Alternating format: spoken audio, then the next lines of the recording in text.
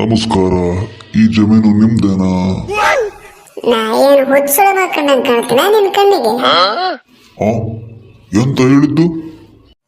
ನಂದ ಜಮೀನಿದು. ಹೇಳೇನ್ ಕೆಲ್ಸ?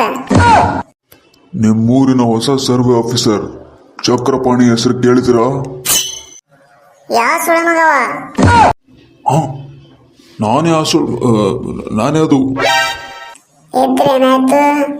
ಹೇಳೇನ್ ಕೆಲ್ಸ? ನಿಮ್ಮ ಜಮೀನಲ್ಲಿ ಸರ್ಕಾರ ರೋಡ್ ಮಾಡ್ಲಿಕ್ಕುಂಟು, ಅದಕ್ಕೆ ಸಂಬಂಧಪಟ್ಟಿರೋ ನೋಟಿಸ್ ನಾನು ತಗೊಂಡು ಬಂದಿದ್ದೇನೆ. ಏನ? ನನ್ನ ಜಮೀನಾಗ ಸರ್ಕಾರ ರೋಡ್ ಮಾಡ್ತೈತ? ಅಪ್ಪು ಕೊಟ್ಟು ಸುಳ ಮಗ ಆದ್ರೆ ಮಾಡಿ, ನಾನು ನೋಡ್ತೀನಿ. ಸರಿಯಾಗಿ ಮಾತಾಡಿ ಆಯ್ತಾ? ನನಗೆ ತಲೆ ಕೆಟ್ಟರೆ ನಾನು ಸಹ ಎಂತ ಹುಚ್ಚ ಅಂತ ಗೊತ್ತಿಲ್ಲ.